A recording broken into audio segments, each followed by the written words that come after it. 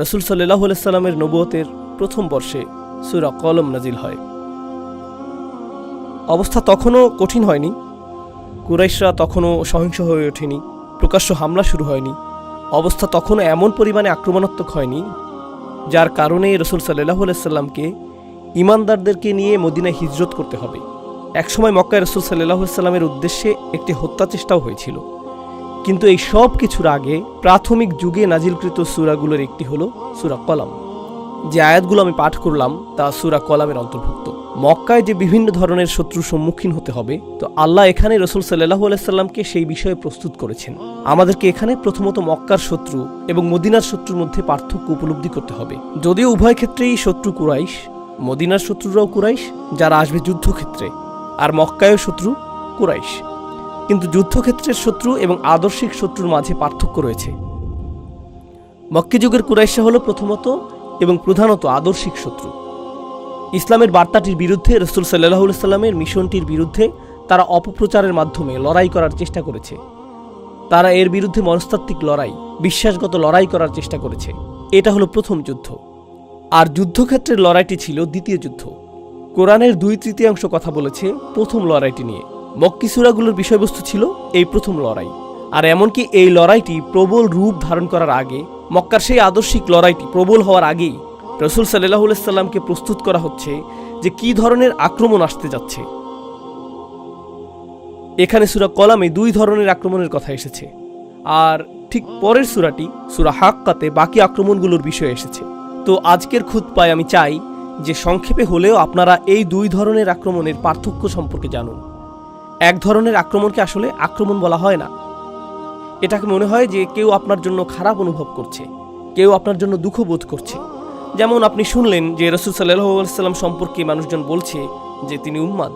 যখন কেউ উন্মাদ হয়ে যায় অথবা তাকে জিন আক্রান্ত করে, মাজনুন শব্দটি এই উভয় অর্থই প্রকাশ করে। জুন্না আকলুহু আও আলাইহি জিন, এর অর্থ হতে পারে যে তার মস্তিষ্ক আর কাজ করছে না, তার চিন্তা শক্তি আচ্ছন্ন হয়ে আছে। সে হয়তো কোনো ধরনের বাইপোলার ডিসঅর্ডার বা সিজোফ্রেনিয়া অথবা কোনো ধরনের মানসিক রোগে আক্রান্ত। এটা মাজনুন শব্দটির একটি অর্থ। এর আরেকটি অর্থ হলো কোনো শয়তান অথবা জিন তাকে আছর করেছে। প্রাচীন সময়ে এই 2 ধরনের অর্থই প্রযোজ্য ছিল। কিন্তু যখন তারা নবীজি সম্পর্কে এটা বলতো, তারা এটা বোঝাতো না যে তার উদ্দেশ্য খারাপ, বরং এরকম বলতো তার এতে কোনো দোষ নেই, বেচারার বুদ্ধি লোপ পেয়েছে, নাউজুবিল্লাহ। এভাবেই তারা রাসূল সাল্লাল্লাহু আলাইহি সাল্লাম সম্পর্কে কথা বলতো। তো এখানে তারা ইসলাম অস্বীকার করছে, কিন্তু রাসূল সাল্লাল্লাহু আলাইহি সাল্লামের চরিত্রকে আক্রমণ করছে না। তারা শুধু বলছে যে সে অসুস্থ, সে স্বাভাবিক না, আমরা তার জন্য দুঃখবোধ করছি। তো এটা একটা আক্রমণ, কিন্তু আক্রমণটি তার চরিত্রের উপর না। এটা তার চরিত্রকে সরাসরি আক্রমণ করে না, শুধুমাত্র তার বক্তব্যকে অস্বীকার করার একটা উপায়। আর এর বিপরীতটা আপনি পাবেন সূরা হাক্কাতে। সূরা কলামের শুরুতে এবং শেষে আল্লাহ বলছেন, মা আনতা বিনিআমাতি রাব্বিকা বিমাজনুন, অথবা লা ইউযলিকুনা বিআবসারিহিম লাম্মা সামিউ যিকরা ওয়া ইয়াকুলুনা ইন্নাহু লামাজনুন। এগুলোই সূরা কলামে বর্ণিত অভিযোগ। যখন আপনি সূরা হাক্কাতে যাবেন, আপনি দেখবেন যে তারা তাকে কবি আখ্যায়িত করেছে, তারা তাকে মন গণনাকারী বলেছে। আর একজন কবি এমন ব্যক্তি যে মানসিক বিকারগ্রস্ত নয়। সে যা লিখবে তা নিয়ে সে পরিকল্পনা করে, চিন্তা করে, সে সৃজনশীল, সে এমন কিছু সৃজন করে যা মানুষকে প্রভাবিত করে। তো এখন তারা রাসূল সাল্লাল্লাহু আলাইহি সাল্লামের চরিত্রের প্রতি অভিযোগ আনছে। তো একটি হলো প্রত্যক্ষ আক্রমণ, আরেকটি হলো পরোক্ষ আক্রমণ। আর আসলে প্রত্যক্ষ আক্রমণটির মোকাবেলা করা অধিকতর সহজ। কমপক্ষে আপনি আপনার শত্রুকে চিনেন, সে আপনার চোখের সামনে, সে আপনাকে মিথ্যাবাদী অথবা এটা সেটা বলছে। কিন্তু পরোক্ষ আক্রমণটি আপনার উদ্দেশ্যে করা হয় না। তারা যদি রাসূল সাল্লাল্লাহু আলাইহি সাল্লামকে মানসিক বিকারগ্রস্ত বলে, রাসূলকে শোনানো এর উদ্দেশ্য না। তারা তার চারপাশের মানুষদের বলতে চাইছে যে তিনি মানসিক বিকারগ্রস্ত, অতএব তারা যাতে তাকে গুরুত্ব না দেয়। কারণ তারা যদি রাসূল সাল্লাল্লাহু আলাইহি সাল্লামের চারপাশের মানুষদের কাছে এসে বলে যে সে একজন মিথ্যুক, সে একজন কবি, সে মন গণনাকারী, তার ভিন্ন পরিকল্পনা রয়েছে, তো তখন তারা বলবে যে আমরা তাকে সারা জীবন ধরে চিনি, তিনি একজন সৎ মানুষ, তোমরাই বরং মিথ্যাবাদী। তো এটা কাজে দিবে না। তাই তাদেরকে এমন একটা কৌশল নিয়ে আসতে হবে যা রাসূল সাল্লাল্লাহু আলাইহি সাল্লামকে জনবিচ্ছিন্ন করে দিবে। আর এটাই সেই জনবিচ্ছিন্নকারী কৌশল যা তারা উদ্ভাবন করেছিল। এসো এটা ছড়িয়ে দেই যে জিন তার উপর আছর করেছে। কিন্তু আপনি যদি মনোযোগ দিয়ে রাসূল সাল্লাল্লাহু আলাইহি সাল্লামের বক্তব্য শুনেন, কোরআন যা বলেছে তা নিয়ে আপনি যদি 1 মিনিটও চিন্তা করেন, আপনি তাৎক্ষণিক উপলব্ধি করবেন যে এটা কোনো জিনের কথা নয়। প্রকৃতপক্ষে এটা এতটাই শক্তিশালী যে জিনও জানে এটা কোনো জিনের বাণী নয়। এমনকি জিনেরা শুনেও বলেছে, ইন্না সামি'না কুরআনান আজাবা, আমরা আশ্চর্যজনক এক কোরআন শ্রবণ করেছি। তাই এই অভিযোগ কাজে আসবে না। কিন্তু উন্মুক্ত আক্রমণে যাওয়ার আগে দ্বিতীয় পর্যায়ের একটা গোপন আক্রমণ, আভ্যন্তরীণ আক্রমণ এসেছে, আর এই সূরাটি সেটাই প্রকাশ করেছে।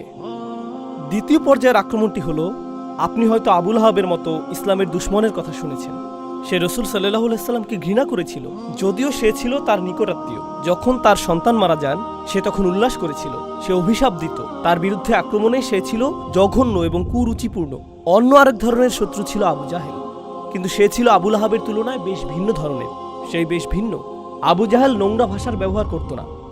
প্রকৃতপক্ষে আবু জাহেল বলেছিল, ইসলামের বিরোধিতা আমাদের এজন্য করা উচিত যে এটাই আমাদের দেশের জন্য, অথবা তখনকার প্রেক্ষাপটে আমাদের গোত্রের জন্য উত্তম।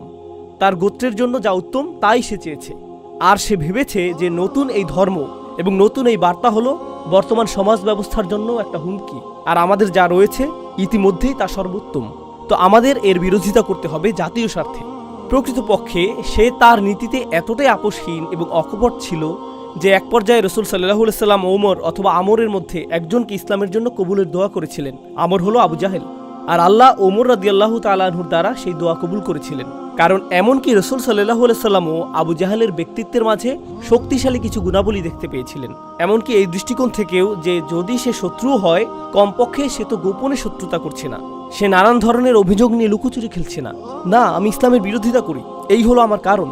আমরা এটা বলছি না যে তার কারণটি ভুল অথবা সঠিক, কিন্তু কমপক্ষে সে তার নিজের সাথে সৎ। তার ভিতরে যা রয়েছে বাইরেও তা প্রদর্শন করেছে। তার কুফুরিতে সে অকপট। এই শত্রুর মাঝেও এক ধরনের সততা রয়েছে। সে ছিল ব্যক্তিত্ব সম্পন্ন শত্রু। কিন্তু এরপর আরেক ধরনের শত্রু রয়েছে। প্রসঙ্গক্রমে আবু জাহেল সম্পর্কে আরেকটা বিষয় হলো, এমনকি আল্লাহ কোরআনে সর্বপ্রথম নাজিলকৃত সূরা অর্থাৎ সূরা আলাকে উল্লেখ করেছেন, আরাআইতা ইন কানা আলাল হুদা আও আমারা বিত্তাকওয়া। আপনি কি ভেবে দেখেছেন যে যদি সেই ব্যক্তি, এখানে আবু জাহেলের প্রতি ইঙ্গিত করা হয়েছে। আবু জাহেল সম্পর্কে আল্লাহ বলছেন, আপনি কি লক্ষ্য করেননি যে সে যদি সঠিক হিদায়াতের পথে চলতো এবং তাকওয়ার নির্দেশ দিত? অর্থাৎ এমনকি আল্লাহও আবু জাহেলের মাঝে সম্ভাবনা লক্ষ্য করেছিলেন, এমনকি আল্লাহও তা লক্ষ্য করেছিলেন। তাই স্পষ্টতই নবীজিও তা লক্ষ্য করেছেন। কিন্তু তৃতীয় এক ধরনের শত্রু রয়েছে, আর এরাই সবচেয়ে ভয়ঙ্কর ধরনের শত্রু। তো আবু লাহাবের মতো শত্রু রয়েছে, আবু জাহেলের মতো শত্রু রয়েছে, আর এরা হলো আদর্শগত শত্রু। কিন্তু তৃতীয় ধরনের শত্রু হলো সবচেয়ে ভয়ঙ্কর শত্রু। কিভাবে আমরা জানতে পারি যে এরাই সবচেয়ে ভয়ঙ্কর শত্রু? এরা হলো উতবা ইবনে রাবিয়া অথবা ওয়ালিদ ইবনে মুগিরার মতো শত্রু। এই নামগুলো আপনাদের জন্য গুরুত্বপূর্ণ না, কিন্তু তাদের বৈশিষ্ট্যগুলো জেনে রাখা গুরুত্বপূর্ণ। তারা কেন এত ভয়ঙ্কর? কারণ একেবারে প্রথম দিকে রহিতে, প্রাথমিক সময়ে রহিতে আল্লাহ নবীজিকে এই তৃতীয় ধরনের শত্রুর ব্যাপারে সতর্ক করেছেন। এই লোকদের ব্যাপারে সতর্ক থাকবেন। কেন? কারণ তারা আপনার কাছে বন্ধু হিসেবে আসবে, আপনার কাছে শত্রু হিসেবে আসবে না। তারা আপনার সাথে হ্যান্ডশেক করতে আসবে। তারা এসে বলবে, যা ঘটে যাচ্ছে তার জন্য আমরা দুঃখ অনুভব করছি, আমি চাই যে তুমি নিরাপদে থাকো, আমি চাই না যে এটা ঘটুক, আমি তোমার পক্ষে রয়েছি। আল্লাহ বলেছেন, ফালা তুতি'ল মুকাযযিবিন, কারো প্রভাবের বশবর্তী হয়ে যেও না। ইতআ বলতে শুধুমাত্র অনুসরণ বোঝায় না, অনেক অনুবাদ রয়েছে। মিথ্যুকদের অনুসরণ করবে না, কিন্তু আরবিতে ইতআ শুধু অনুসরণ না, আসলে আরবিতে তও অর্থ কোনো কিছুর প্রতি ঝুঁকে যাওয়া, আল মাইলু ইলা শাই। তো প্রভাবিত হইও না, কথা শুনো না, মনোযোগ দিও না। আপনি যখন যথেষ্ট সংখ্যকবার কোনো কিছু শুনতে থাকেন, এটা আপনাকে প্রভাবিত করতে শুরু করবে সচেতনভাবে অথবা অবচেতনভাবে। রাসূল সাল্লাল্লাহু আলাইহি সাল্লামকে এটা বলা হয়েছে, এই লোকগুলো খুবই প্রভাব বিস্তারকারী, তাদের কাছ থেকে কোনো প্রভাবের শিকার হবেন না, তাদের কাছ থেকে কোনো কিছু নেবেন না। এরা হলো সম্পূর্ণ মুকাযযিবিন। মুকাযযিবিন অর্থ তারা মনে করে যে আপনি একজন মিথ্যাবাদী। তারা মুখ দিয়ে যা বলে তা গুরুত্বপূর্ণ না, যা তারা আসলেই মনে করে আপনি একজন মিথ্যাবাদী, আর তারা পৃথিবীকেও এটা দেখাতে চায় যে আপনি একজন মিথ্যাবাদী। এরপর আল্লাহ তাদের বৈশিষ্ট্যগুলো বর্ণনা করেছেন। আর আপনি যদি মক্কি সূরাগুলো অধ্যয়ন করেন, আপনি জানতে পারবেন যে আল্লাহর কিতাবে কাফেরদেরকে শুধু কাফিরই বলা হয়েছে, মুশরিকদেরকে শুধু মুশরিকই বলা হয়েছে, শত্রুদেরকে শত্রুই বলা হয়েছে। কিন্তু এই ব্যক্তি, এই চরিত্রটির অনেকগুলো বর্ণনা আল্লাহ প্রদান করেছেন। কোরআনে এরকমটা সচরাচর পাওয়া যায় না, খুবই কম। আর তিনি এটা একেবারে প্রাথমিক যুগের রহিতেই প্রদান করেছেন, যেন রাসূল সাল্লাল্লাহু আলাইহি সাল্লাম এই লোকগুলোর সাথে সাক্ষাৎ করার আগেই এই বিষয়ে প্রস্তুত থাকতে পারেন। আপনি যখন উঁচু পর্যায়ের কোনো মিটিংয়ে যান, প্রথমে আপনার একটা ব্রিফিংয়ের প্রয়োজন হয়, তাই না? আপনি যদি কোনো আপোষ মীমাংসার জন্য যান, সেক্ষেত্রে প্রথমে আপনার একটা ব্রিফিংয়ের প্রয়োজন হয়। উদাহরণস্বরূপ এখনকার সময়ে জাতিসংঘে অথবা কোনো যুদ্ধের আপোষ মীমাংসার ক্ষেত্রে আপনি প্রবেশ করার আগে আপনার টিম আপনাকে তথ্য প্রদান করবে যে এই মিটিংয়ে আপনার প্রতিপক্ষ কে রয়েছে। তারা সেই ব্যক্তির পূর্ব ইতিহাস প্রদান করবে, তার মনস্তত্ত্ব সম্পর্কে জানাবে, তারা আপনাকে বলবে যে কথা দিয়ে কিভাবে তাকে পরাস্ত করতে হবে, ইত্যাদি ইত্যাদি। আপনি যদি সচেতন রাজনীতিবিদ হন অথবা সচেতন আমলা হন অথবা সচেতন ব্যবসায়ী হলেও সেই কথোপকথনে প্রবেশের আগে আপনি যথাযথ প্রস্তুতি গ্রহণ করবেন। আদালতে প্রবেশের আগে আইনজীবীরাও একই কাজ করে থাকেন। খেলার ক্ষেত্রেও দলগুলো এটা করে থাকে, তাই না? তারা আগের খেলাগুলো পুনরায় দেখেন এবং প্রতিপক্ষের দুর্বলতাগুলো চিহ্নিত করেন। কোরআনের ক্ষেত্রে রাসূল সাল্লাল্লাহু আলাইহি সাল্লামের জন্য সেরকম গোপনীয় কোনো কৌশল প্রদান করা হয়নি, বরং আল্লাহ প্রকাশ্যে ঘোষণা করেছেন যে এই ধরনের মানুষের মুখোমুখি আপনাকে হতে হবে। তো আলোচনার বাকি সময়ে আমি আপনাদের কাছে এই বৈশিষ্ট্যগুলো উল্লেখ করব, আর আমি চাই আপনারা উপলব্ধি করুন। আমি মনে করি আল্লাবিবু মিনাল ইশারাতি ইয়াফহামু, জ্ঞানী ব্যক্তির জন্য ইশারাই যথেষ্ট। আপনি নিজেই বুঝে নেবেন যে আমি কিসের উল্লেখ করেছি এবং কার কথা উল্লেখ করেছি আর কেন এটা এই সময়ে আমাদের জন্য প্রাসঙ্গিক। আল্লাহ বলেছেন, ফালা তুতিইল মুকাদ্দিবিন, প্রথমত অদ্দু লাউ তুদহিনু ফায়ুদহিনুন, তারা আসলেই আশা করে যে আপনি কিছুটা ছাড় দিবেন যাতে তারাও কিছুটা ছাড় দিতে পারে। তারা বলবে, দেখো আমরা জানি যে তোমাদের সাথে আমরা বেশ আক্রমণাত্মক হয়ে যাচ্ছি, কিন্তু আমরা চাই না এটা, তোমরাই আমাদেরকে এটা করতে বাধ্য করেছো। তোমরা যদি আমাদের সাথে কিছুটা কাজ করো, তোমরা যদি কিছুটা আপোষ মীমাংসা করো, তাহলে আমরা একটা উপায় বের করব। তো তাদের প্রথম কৌশল হলো এটা বলা যে তোমরাই তো ছাড় দিচ্ছ না, যা আমাদেরকে তোমাদের বিরুদ্ধে সহিংস হতে বাধ্য করছে। আমরা সমস্যা না, বরং তোমরাই হলে মূল সমস্যা, কারণ তোমরা তোমাদের অবস্থানে এত অনমনীয়, এত অনড়। তোমরা তো আমাদের সাথে একত্রে কাজ করছো না, আমার সাথে একসাথে কাজ করো, আমাদেরকে কিছুটা দেখাও। আর রাসূল সাল্লাল্লাহু আলাইহি সাল্লামের সময়ে তারা বলেছিল, তুমি কি আরেকটা সূরা আনতে পারো? আগের সূরাটি বেশ অপমানজনক। দেখো, আগের সূরাটির কারণে আমরা বেশ খারাপ বোধ করছি, বিশেষত আমাদের নেতারা। পরের সূরাতে আমাদের নেতাদের প্রশংসা করে কিছু কি বলতে পারবে? শুধু এটুকু বলবে যে তুমি তোমার পূর্ববর্তীদেরকেও ভালোবাসো, অথবা আমাদের সকলের উচিত নেতাদেরকেও সম্মান করা। ভালো কিছু কথা। আর আমরা এই আগ্রাসী গুন্ডাদের বলে দিব তারা যাতে তোমাদেরকে আর পথে ঘাটে আক্রমণ না করে। আমরা একত্রে একটা সমাধানে আসতে পারি। আমরা তোমাদেরকে চিনি, আমরা তোমাদেরকে পছন্দ করি, আমরা তোমাদেরকে এভাবে আক্রান্ত হতে দেখতে পারছি না।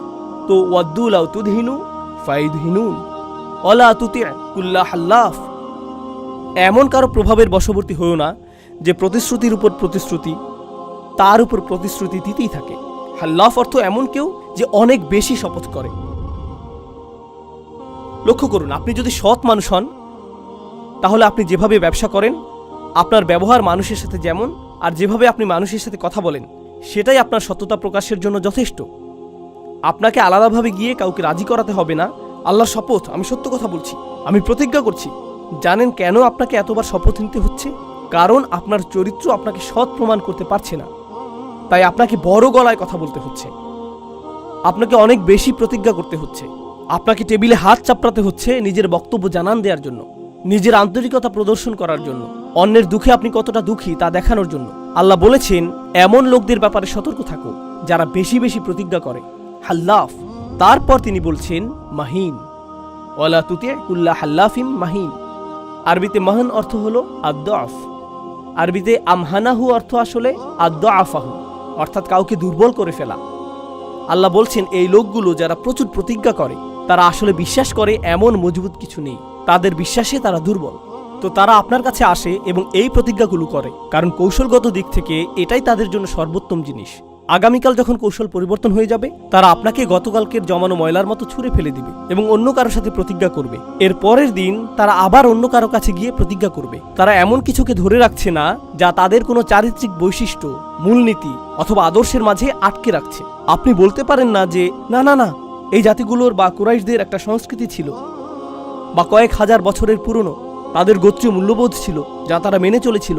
এটা সত্য নয়। তারা এই মূল্যবোধগুলো মেনে চলে যতক্ষণ পর্যন্ত এই মূল্যবোধগুলো তাদেরকে কিছু সুবিধা প্রদান করে, ততক্ষণ পর্যন্তই তারা তাদের মূল্যবোধ নিয়ে গর্বিত অনুভব করে। যখনই সেই মূল্যবোধগুলো তাদের বিরুদ্ধে যায়, তারা আর সেগুলো পছন্দ করে না। লক্ষ্য করলে দেখবেন যে কুরাইশদের সাথে যা ঘটেছিল তা হলো, মক্কায় কেউ আক্রান্ত হতো না, এটা তাদের একটি নিয়ম ছিল। এটা হারামান আমিনান, এটা তাদের নিয়ম। একটি ক্ষেত্রেই তারা এই নিয়ম ভঙ্গ করতে প্রস্তুত হয়েছিল, আর তা হলো মুসলিমদের ক্ষেত্রে। যে কেউ যে কোনো জায়গা থেকে এসে যে কোনো মূর্তির চারপাশে তাওয়াফ করতে পারে, যা খুশি বলতে পারে, মদ্যপান করতে পারে, যা ইচ্ছা তাই করতে পারে। মক্কার মধ্যে কোনো সহিংসতা ঘটত না। ব্যতিক্রম ছিল মুসলিমরা, তারাই একমাত্র ব্যতিক্রম। আপনি এমন মানুষ দেখবেন যারা বলে, আমরা মত প্রকাশের স্বাধীনতায় বিশ্বাস করি, এগুলো আমাদের মূল্যবোধ, আমরা জীবন দিয়ে হলেও এগুলো ধরে রাখব, আমাদের অধিকার রয়েছে প্রতিবাদ করার, ঘোষণা করার, বিতর্ক করার, নিজ ধর্ম পালন করার। কিন্তু রাজনৈতিকভাবে এটা কিছুটা সমস্যাজনক হয়ে দাঁড়ানোর এবং অন্যদের দৃষ্টিতে এটা খারাপ মনে হবার আগ পর্যন্ত আমরা এতে বিশ্বাস করি। কিন্তু বাক স্বাধীনতায় কিছুটা সংশোধনীর প্রয়োজন। তো বুঝতে পারছেন যে এই আয়াতটি কেন এত গুরুত্বপূর্ণ। তারা অনেক বেশি প্রতিজ্ঞা করে থাকে, কিন্তু কোনো কিছুতেই তারা প্রকৃতপক্ষে বিশ্বাস করে না, কিছুতেই না। তবে তারা একটা বিষয় ঠিকই বিশ্বাস করে, যা পরবর্তীতে আলোচনায় আসবে। আল্লাহ নিজেই আমাদেরকে বলবেন তাদের ধর্ম কোথায়, তাদের ধর্ম কি, কিন্তু সেটা আসবে শেষের দিকে। ওয়ালা তুতি কুল্লা হাল্লাফিম মাহিন, তিনি এখানেই থেমে যাননি। তারা আপনার কাছে এসে এই সকল প্রতিজ্ঞা করে। তারা আপনার কাছে আসে নিজেদের মধ্যকার কোনো প্রত্যয় নিয়ে না, বরং আপনাকে আপনার অবস্থান থেকে বিচ্যুত করার জন্য। তারা চায় যে আপনিও তাদের মতো হয়ে যান। তারা আসলেই কোনো কিছুতে বিশ্বাস করে না। এই একই জিনিস তারা আপনার জন্যও চায়। তারা ছাড় দিতে চায় এবং আপোষ মীমাংসা করতে চায়, পক্ষ পরিবর্তন করতে চায়। আপনি এমন কেউ হতে পারেন যে কট্টরপন্থী রিপাবলিকান, কিন্তু ডেমোক্রেটদের সাথে গোপন বৈঠক সম্পন্ন হয়। আপনি কট্টরপন্থী ডেমোক্রেট হতে পারেন আর গোপনে আপনি রিপাবলিকানদের সাথে বৈঠক করেছেন, এটাই কোনো সমস্যা নেই। আপনি জনগণের স্বার্থ নিয়ে বক্তৃতা দিচ্ছেন আর পিছনে আপনি ক্ষমতা পাওয়ার জন্য বিভিন্ন পক্ষের হাত পা ধরছেন, তাদেরকে সিজদা করছেন, তাই না? এটাই বাস্তবতা। তো তারা আশা করছে যে আপনিও তাদের মতো হয়ে যাবেন। তারা মনে করে যে আপনিও আপোষ মীমাংসা করবেন, তারা যে খেলায় মেতেছে আপনি সেরকম করবেন। কিন্তু আল্লাহ তার রসুল সাল্লাল্লাহু আলাইহি সাল্লামকে বলছেন যে কারণে আপনি কখনো এই লোকদের সাথে চলতে পারবেন না, তা হলো এই সকল কিছুর আগে আল্লাহ তার রসুল সাল্লাল্লাহু আলাইহি সাল্লাম সম্পর্কে বলেছেন, ওয়া ইন্নাকা লা আলা খুলুকিন আযীম, নিশ্চয়ই আপনি মহান চরিত্রের উপর অধিষ্ঠিত। আপনি ছাড় দিয়ে চলেন না, আপনার মূলনীতি রয়েছে, আপনি অনড় থাকেন। তো এটা হলো তারা যখন আপনার কাছে থাকে এবং আপনার সাথে কথা বলে। এরপর আপনার পিছনে তারা কি করে? প্রতিজ্ঞা করার পরে এবং নিরাপত্তা দেওয়ার পরে তারা চলে যায় হাম্মাজ। এরপর তারা আপনার বিরুদ্ধে অপবাদ রটাতে থাকে, আক্রমণ করতে থাকে। আরবিতে হামজ হলো যখন তীর চামড়া ভেদ করে ভিতরে প্রবেশ করে এবং ভিতরে আটকে যায়। আর যখন আপনি তীরটিকে বের করতে চান, এটা চামড়া ছিঁড়ে ফেলে। আপনারা ওয়াইলুল লিকুল্লি হুমাযাতিল লুমাযা সূরাটা জানেন, তাই না? আবার হামাযাতিশ শায়াতিন কোরআনে এসেছে। হামিজ অথবা হাম্মাজ হলো এমন কেউ যে জানে যে কারো পেছনে কি ধরনের আক্রমণ করতে হবে, যা একটি প্রভাব ফেলবে। তো রসুল সাল্লাল্লাহু আলাইহি সাল্লামের ক্ষেত্রে তারা কি করেছিল? সবাই তো নবীজিকে পছন্দ করত। রসুল সাল্লাল্লাহু আলাইহি সাল্লাম নবুয়তের ঘোষণা দেওয়ার আগে, তিনি যে রসুল তা ঘোষণা করার আগে 40 বছর ধরে তিনি মক্কার অধিবাসী ছিলেন। ভালো মানুষ হিসেবে মক্কায় ছিলেন। ব্যবসার মাধ্যমে মানুষ তাকে চিনত, আত্মীয়তার কারণে মানুষ তাকে চিনত, বন্ধু হিসেবে মানুষ তাকে চিনত। এখন আপনি মানুষের মাঝে তার ব্যাপারে খারাপ ধারণা সৃষ্টি করবেন, এটা তো কাজ করবে না। উম্মাদ আখ্যায়িত করাটা কাজে দেয়নি, জিনে আক্রান্ত হওয়ার অভিযোগটি কাজ করেনি। তো এখন যেহেতু তিনি ছাড় দিচ্ছেন না, মক্কাতে আপনাকে তার বিরুদ্ধে বদনাম সৃষ্টি করতে হবে। আপনি কারো কাছে গিয়ে বলবেন মুহাম্মদ প্রকৃতপক্ষে একটা সমস্যা, সাল্লাল্লাহু আলাইহি সাল্লাম তারা বলে না, কিন্তু আমরা বলি সে আসলেই সমস্যা। সে কেন সমস্যা হবে? সে তো অনেক ভালো মানুষ। সে সমস্যাজনক বলতে তুমি কি বোঝাচ্ছ? আর এই লোকটি যার সাথে আপনি কথা বলছেন, সে পারিবারিক মূল্যবোধে বিশ্বাস করে। তো আপনি তার কাছে গেলেন এবং বললেন, জানো মুহাম্মাদের সমস্যা কোনটা? সে পরিবার ভেঙে দিচ্ছে। কি? মুহাম্মদ পরিবার ভেঙে দিচ্ছে? হ্যাঁ হ্যাঁ, সন্তান তার বাবার বিরুদ্ধে যাচ্ছে, স্ত্রী তার স্বামীর বিরুদ্ধে যাচ্ছে, স্বামী তার স্ত্রীর বিরুদ্ধে যাচ্ছে, মানুষ তাদের পরিবারের বিরুদ্ধে বিদ্রোহ করছে, সে পরিবার ধ্বংস করছে। তুমি জানো না সে পরিবার ব্যবস্থার জন্য একটা হুমকি? ও, তাহলে তো এটা ভালো না। তো সে জানে যে এই লোকটিকে কি বলতে হবে। সে অন্য আরেকজনের কাছে গেল যে হলো পুঁজিবাদী, জানো মোহাম্মদ ব্যবসার জন্য ক্ষতিকর। আর সেই লোকটি বলল, ব্যবসার জন্য ক্ষতিকর বলতে তুমি কি বোঝাচ্ছ? আমরা যদি তার ধর্ম পালন করি তাহলে মক্কায় আমরা অনেক আর্থিক ক্ষতির সম্মুখীন হব, আমরা প্রচুর তীর্থযাত্রী হারাবো। সকল গোত্র যারা বিভিন্ন মূর্তি পূজার জন্য এখানে আসে, তারা আর এখানে আসবে না, আমাদের ব্যবসা ক্ষতিগ্রস্ত হবে। কিছু মানুষ পরিবার নিয়ে উদ্বিগ্ন, কেউ নিরাপত্তা নিয়ে, কেউ অর্থ উপার্জন নিয়ে। আর এই লোকটি জানে যে কাকে দিয়ে আক্রমণ করাতে হবে, কিভাবে রাসূল সাল্লাল্লাহু আলাইহি সাল্লামের সুনাম নষ্ট করা যাবে। আল্লাহ বলেছেন, তাদের মিথ্যা প্ররোচনায় প্রভাবিত হও না। ফালা তুতি কুল্লা হাম্মাজ মাশাইম বিনামিম, তারা হেঁটে বেড়ায়, তারা বিভিন্ন আসরে ঘুরে বেড়ায় এবং তারা নামিমাহ করে বেড়ায়। আরবিতে নামিম শব্দটি এসেছে নাম অথবা নিম্মাহ থেকে। আরবিতে নিম্মাহ হলো খুবই হালকা বাতাস। আপনি যদি একটি মাঠের পাশ দিয়ে হেঁটে যান যার মধ্যে ফুল রয়েছে আর আপনি খুব সামান্য ফুলের ঘ্রাণ পান, এটাকে আরবিতে নিম্মাহ বলা হয়। আর এমন কিছু যা খুবই নাজুক, এটাকেও বলা হয় নাম্মাহ। এজন্য একটি হাদিসে রাসূল সাল্লাল্লাহু আলাইহি সাল্লাম বলেছেন, লা তুমাসসিলু নাম্মাতাল্লাহ। পশু পাখিদের সম্পর্কে বলতে গিয়ে নবীজি বলেছেন, আল্লাহর নাম্মাহকে শাস্তি দিয়ে দৃষ্টান্ত স্থাপন করো না, অর্থাৎ পশু পাখিরা নাজুক।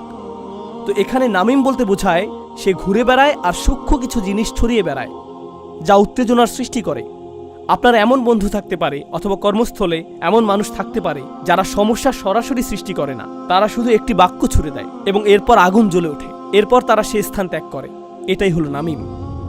আর সে এখানে কিছুটা আগুন জ্বালায়, কিছুটা আগুন ওখানে, আর কিছুটা সেখানে। আমি এই মন্ত্রীর সাথে সাক্ষাৎ করব, আমি সেই রেস্টুরেন্টে গিয়ে অমুক রাজনীতিবিদের জন্য অপেক্ষা করব। ও, আপনি এখানে কি করছেন?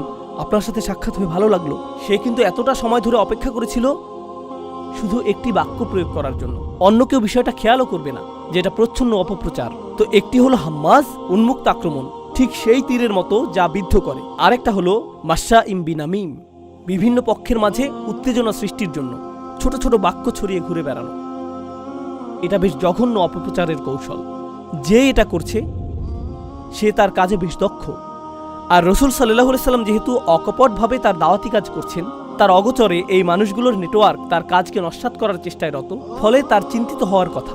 আর আল্লাহ বলছেন, লা তুতি, এটা নিয়ে চিন্তা করবেন না। তারা যে খেলা খেলছে তা আমি আপনাকে বলে দিচ্ছি। ওয়ালা তুতি কুল্লা হাল্লাফিম মাহিন হাম্মাজিম মাশাইম বিনামিম। আর তাদের প্রকৃত অবস্থা আল্লাহ জানাচ্ছেন, মান্নাইল লিল খাইর মুতাদিন আথিম। তারা বলে বেড়ায় যে আমরা দেশের কল্যাণ কামনা করি, আমরা আমাদের জনগণের নিরাপত্তা নিশ্চিত করব, আমরা জাতীয় স্বার্থ রক্ষা করতে চাই। আল্লাহ বলেছেন, এই মানুষগুলোই তারা যারা ভালো যে কোনো কিছুকে বাধাগ্রস্ত করে। মান্নাইল লিল খাইর।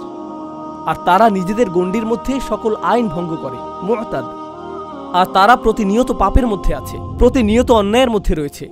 এরা হলো সবচেয়ে খারাপ ধরনের মানুষ। মান্নাইল লিল খাইর মুতাদিন আথিম।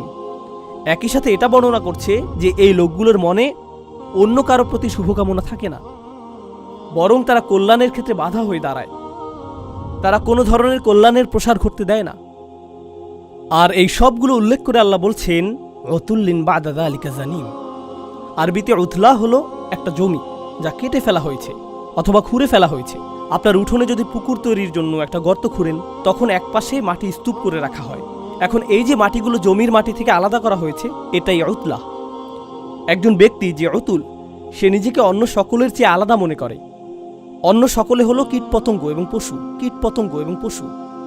অন্য সকলে হলো শুধু সংখ্যা এবং পরিসংখ্যান। গুরুত্বপূর্ণ বিষয় হলাম আমি এবং আমার আশেপাশের মানুষজন। এগুলোই গুরুত্বপূর্ণ। অন্য সকলের সাথে যা ঘটার ঘটবে। আর শেষ অংশে আল্লাহ বড় ধরনের একটা অপমান করেছেন, বাদা যালিকা জানিম। সর্বশেষ যে অপমান আল্লাহ করেছেন তা হলো এই সকল বৈশিষ্ট্য ছাড়াও সেই ব্যক্তিটি জানিম। আরবিতে জানাম হলো এমন ব্যক্তি যে দাবি করে যে সে একটি গোত্রের অন্তর্ভুক্ত, কিন্তু প্রকৃতপক্ষে সে সেই গোত্রের অন্তর্ভুক্ত নয়, অথবা সে অবৈধ সন্তান, অর্থাৎ বিবাহ বহির্ভূত সম্পর্ক থেকে যার জন্ম। এরকম ব্যক্তিকে তারা বলতো জানিম। ইদ্দা আন্নাহু মিন কওম লাইসা মিনহুম হাযা হুয়া জানিম। তো সে দাবি করছে যে সে একটি গোত্রের অন্তর্ভুক্ত, কিন্তু সে আসলে তা নয়। আল্লাহ এই শব্দটি ব্যবহার করে এই ব্যক্তিটিকে বর্ণনা করেছেন যার কোনো আনুগত্য নেই, এমনকি তার গোত্রের প্রতিও, এমনকি তার পরিবারের প্রতিও। তার নিজে ছাড়া অন্য কারো প্রতি আনুগত্য নেই। সে চূড়ান্তভাবে নোংরা একজন রাজনীতিবিদ, বক্তব্যে খুবই পারদর্শী, অপপ্রচারে খুবই পারদর্শী, কৌশলে সিদ্ধহস্ত, কোনো কল্যাণের প্রসার রোধে প্রতিজ্ঞাবদ্ধ, আর নিজে ছাড়া অন্য সকলের প্রতি আনুগত্যহীন। উতুল্লিন বাদা যালিকা জানিম। এই সব কিছুর পরেও তার কেন প্রভাব রয়েছে? সে যদি এতই জঘন্য মানুষ হয়ে থাকে, এরকম মানুষের কেন প্রভাব রয়েছে? আনকানা যা মালিন ওয়া বানিন। তার অর্থ এবং লোকবল রয়েছে, এটাই তার আদর্শ, অর্থ সম্পদ। আর আগের দিনে বানিন হলো আপনার লোকবল, তারা হলো আপনার সহযোগী। গোত্রগত বিবেচনায় বানিন হলো আপনার সেনাবাহিনী। যেমন প্রাচীন সময়ে ইয়াকুব আলাইহিস সালামের সন্তানেরা নিজেদেরকে উসবাহ বলে আখ্যায়িত করেছিল, তাই না? নাহনু উসবাহ, কারণ তারা গৃহের সেনাবাহিনী, তারাই গৃহের নিরাপত্তা রক্ষী। আধুনিক সময়ে বানিন অর্থ শুধু এটা না যে আপনার সন্তান সন্ততি রয়েছে। আধুনিক সময়ে বানিন হলো আপনি সামরিক শক্তির অধিকারী, পারমাণবিক শক্তির অধিকারী, ট্যাঙ্কের অধিকারী, আয়রন ডোমের অধিকারী। এগুলো আপনার বানিন। আর আপনার অর্থসংস্থানকারী উৎসও রয়েছে। আনকানা দা মালিন ওয়া বানিন, শক্তির অধিকারী, অর্থের অধিকারী। অর্থ থাকলে সত্য আপনার সাথে থাকবে। এটা আল্লাহর মূল্যায়ন সেই ধরনের মানুষ সম্পর্কে রাসূল সাল্লাল্লাহু আলাইহি ওয়াসাল্লামকে যাদের মোকাবেলা করতে হবে। কিন্তু কোরআনের বিচক্ষণতা হলো আল্লাহ বলেননি যে উতবা ইবনে রাবিয়া থেকে সতর্ক থেকো, ওয়ালিদ ইবনে মুগিরা থেকে সতর্ক থাকো। না না না, কুল্লা হাল্লাফিম মাহিন। কুল্লা অর্থ এরকম প্রত্যেক ব্যক্তি থেকে যে এটা এটা এটা করে। আর সূরা কলামের শুরুতে এই বৈশিষ্ট্যগুলোর উল্লেখ করে আল্লাহ গোটা বিশ্বের মুসলিমদেরকে প্রস্তুত করেছেন নোংরা রাজনীতিবিদদের সম্পর্কে এবং তাদের নোংরা কৌশলগুলো সম্পর্কে, যা সামনে এসে তারা তাদের আনুগত্য প্রদর্শন করে। তাদের কোনো ধর্ম নেই একমাত্র অর্থ এবং ক্ষমতা ছাড়া, এছাড়া কোনো ধর্ম নেই। সেই প্রভাবের বশবর্তী হবেন না, নিজেদের অবস্থানে মজবুত থাকুন। এই বার্তাটি সূরার শুরুতে আল্লাহ রসুল সাল্লাল্লাহু আলাইহি সাল্লাম সম্পর্কে প্রদান করেছেন। শেষ একটি বিষয় আপনাদের বলবো যা অবাক করার মতো। কোরআন তখনও মক্কায় ছড়িয়ে পড়েনি। রসুল সাল্লাল্লাহু আলাইহি সাল্লামের উপর নাজিলকৃত প্রথম 5টি ওহীর একটি সম্ভবত সূরা কলাম। এটি একেবারে শুরুর দিকের প্রাথমিক ওহীগুলোর একটি। এটা থেকে মনে হয় যে তিনি ইতিমধ্যেই আদর্শিক লড়াইয়ে জড়িয়ে পড়েছেন, কিন্তু না। এখানে রসুল সাল্লাল্লাহু আলাইহি সাল্লামকে প্রস্তুত করা হচ্ছে, আর এখানে শত্রুদেরকেও জানান দেয়া হচ্ছে যে তোমরা মনে করেছো যে তোমরা যা করো তা ঘরের ভিতরেই আবদ্ধ থাকবে, আর এই সম্পর্কে আল্লাহ কিছু জানেন না। আল্লাহ জানেন এবং তিনি তার রসুলকেও জানিয়ে দিয়েছেন আল্লাহর কাছে গোপন কিছুই নেই, তোমরা প্রকাশিত হয়ে গিয়েছো। এই লোকগুলো সর্বোচ্চ চেষ্টা করে তাদের কৃতকর্ম গোপন রাখার জন্য। এজন্যই তারা হেল্প করতে থাকে, বারবার প্রতিজ্ঞা করতে থাকে। তাদের গোটা প্রচারণার উদ্দেশ্যই হলো তাদের কৃতকর্ম গোপন রাখা, নিজেদের হাতকে সরাসরি রক্তে রঞ্জিত না করা, জঘন্য কাজগুলো অন্য কাউকে দিয়ে করিয়ে নেয়া। এই জন্যই তারা নামিমাহ করে বেড়ায়। আর আল্লাহ কি করলেন? আল্লাহ তাদের প্রতি আঙ্গুলি নির্দেশ করে দেখিয়ে দিলেন। তিনি সকল আবরণ, সকল অপপ্রচার, সকল ধূম্র জাল দূর করে দিলেন, যার পেছনে তারা লুকিয়ে থাকত। এটাই আল্লাহর কিতাবের শক্তিমাত্রা, যে এটা শয়তান এবং শয়তানের বাহিনীর কৌশলকে এমনভাবে প্রকাশিত করে দেয় যা শুধু আল্লাহর পক্ষেই সম্ভব। আল্লাহ আমাদেরকে সত্যের পথে দৃঢ় থাকার সামর্থ্য দান করুন, আমাদেরকে ব্যক্তিগতভাবে এবং উম্মাহ হিসেবে রক্ষা করুন, যাতে আমরা কখনোই এখানে বর্ণিত মানুষগুলোর চক্রান্তর জালে আটকা না পড়ি। বারাকাল্লাহু লি ওয়া লাকুম ফিল কুরআনিল হাকিম ওয়া নাফা'নি ওয়া ইয়্যাকুম বিল আয়াতি ওয়া যিকরিল হাকিম।